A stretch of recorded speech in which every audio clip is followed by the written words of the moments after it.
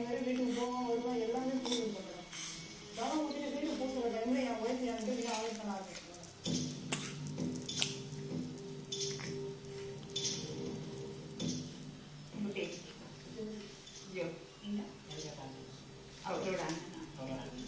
என்ன பண்றீங்க? ஊர்ல மரம் வெட்டுறது. அது ஏன் இவ்வளவு தயக்கமா சொல்றீங்க? பெருமையா சொல்லுங்களேன். இல்ல ஊர்ல என்ன வேலை செஞ்சுட்டு அதாவது வேலைக்கு வேலை செஞ்சுட்டு இருந்தேன் பிஸ்கெட் கம்பெனில. இப்ப கொஞ்ச நாள் அதுக்கு வேலைக்கு போகாம வீட்டுல இருக்கிறதுனால வீட்டுல அவங்க கல்யாணம் பண்ணிட்டாங்க சொல்றாங்க, அது உங்களுக்கு தெரியுமா? ரீசன் மேரேஜ் பண்ணிட்டாங்க அப்படின்னு சொல்லி சொன்னாங்க. எப்ப சொன்னாங்க? அது சொல்லி எவ்வளவு நாள் ஆகுது, கிட்டத்தட்ட 3 வருஷம்னு சொல்றாங்க. எங்களுக்கு 2 வருஷத்துக்கு முன்னாடியே தெரியாது, வீட்டில் யாருமே தெரியாது இவங்க இது மாதிரி பண்ணது. அதுக்கப்புறமா தான் தெரிய வந்துச்சு எங்களுக்கு. கேட்டதுக்கு ஆமா அப்படின்னு உண்மையை ஒத்துக்கிச்சு. 2-3 வாட்டி நம்ம வீட்டுக்கு தானே, நல்ல பொண்ணு தானே? நல்ல பொண்ணு, நல்ல இதுதான். அவங்க வீட்டுக்கெல்லாம் கூட நாங்கள் போயிருக்கோம், நிச்சயம் பண்ணியிருக்கிறோம். அவங்க அப்பா அவங்க அம்மா எல்லாமே பிடிச்சிருக்குன்னு சொல்லிட்டு நிச்சயமெல்லாம் பண்ணிட்டு சாப்பிட்டுலாம் வந்தாங்க. எங்கள் வீட்டுக்கு 2 தடவை வந்துருக்காது. நான் கேட்டிருக்கேன், எங்கள் மச்சினை உனக்கு பிடிச்சிருக்கான்னு கேட்டிருக்கேன். பின்னாடி கூட்டின்னு போய் நான் கேட்டிருக்கேன். அதே எங்கிட்ட சொல்லியிருக்குது, எனக்கு ரொம்ப பிடிச்சிருக்குது, இந்த ஃபேமிலி எனக்கு பிடிச்சிருக்குது அப்படின்லாம் சொல்லியிருக்குது.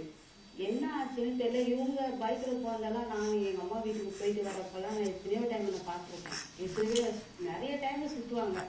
நானே கூட சொல்லுவேன், இவர் கேட்டேன் பாருங்க கல்யாணம் ஆகாதே பாரு எப்படி சுற்றுறாங்க பாரு அப்படின்னு சொல்லுவேன் நான். அதுக்கப்புறம் வீட்டில் தெரிஞ்சிச்சு, அவங்க வீட்டில் நாங்கள் பேசி முடியெல்லாம் பண்ணிட்டோம், அவங்களே ஒத்துக்கினாங்க. அதுக்கப்புறம் என்ன ஆச்சுன்னு தெரியல. அவங்க அப்பா அம்மா வந்து தர முடியாது அப்படின்லாம் சொல்றாங்க. அது எதுக்கு ஏன்னு ஒண்ணுமே புரியல. நீங்க பெரியவங்களெல்லாம் போய் கேட்கலையா? கேட்டோம்.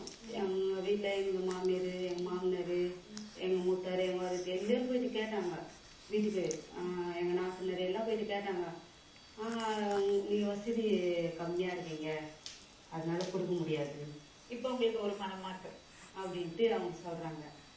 இவ்வளோ நாள் அவங்க ஃபர்ஸ்ட் என்னை பார்க்கும்போது நீங்கள் பிளாட்ஃபார்ம் இருந்தாலும் பரவாயில்ல, நான் கண்டிப்பாக கொண்டு கொடுக்குறேன்னாங்கம்மா. இப்போ அந்த வீடு கட்டி முடிச்ச உடனே நான் யாருன்னு கேள்வி கேட்குறாங்க. அந்த ஊர் நீங்க என்ன நினைக்கிறீங்க? ஏன் இப்படி என்ன ரீசன்? ஆனால் என் ஒய்ஃபு மேலே நான் குறைய சொல்லமா, எங்கள் மாமியார் தான் இவங்க எல்லாமே. மார்கழின்ற ஒரு மாசத்துல முன்னாடி அண்ணா நீ எல்லாரும் போய் பேசிடுவாங்க. பெரிய அண்ணாலாம் தை மாசம் பிறந்ததுமே நான் கண்டிப்பாக கொடுக்குறேன், வீட்டு வேலையும் கொஞ்சம் இருக்குது. அதான் ஒரு அப்பா ஒரு பழமொழி சொன்னாங்க, நாய் நன்மை செட்டி நாய் தலையை தான் போகணும், அவன் கெட்டு போனா அவங்ககிட்ட இருக்கு அப்படின்னு சொன்னவங்க. தை பொங்கல் முடிஞ்சாங்கன்னு நான் இருக்கிறேன். திருப்பம் அந்த பொண்ணை போயிட்டு திருப்பம் சண்டை போட்டு திருப்பம் பிரச்சனை பண்ணியிருக்காங்க. ஒரு நாளும் இந்த பொண்ணை ஏன் எதிரவே என் வயசு எட்டி மாறுமலையை வாழ்ந்து வச்சாங்க. 3 வாட்டி போனேன் நான். எங்க மாமியார் ஏன் எதிரவே தூக்கிங்க என் பொண்ணாட்டி எட்டி வச்சாங்க மேடம். 2 வாட்டி சமையல் 1 வாட்டி அப்படியே அழுது மேடம். ஸோ அவங்க பொண்ணாட்டி அவங்களோட வாழறதுக்கு விருப்பம் தான். கண்டிப்பா மேடம்.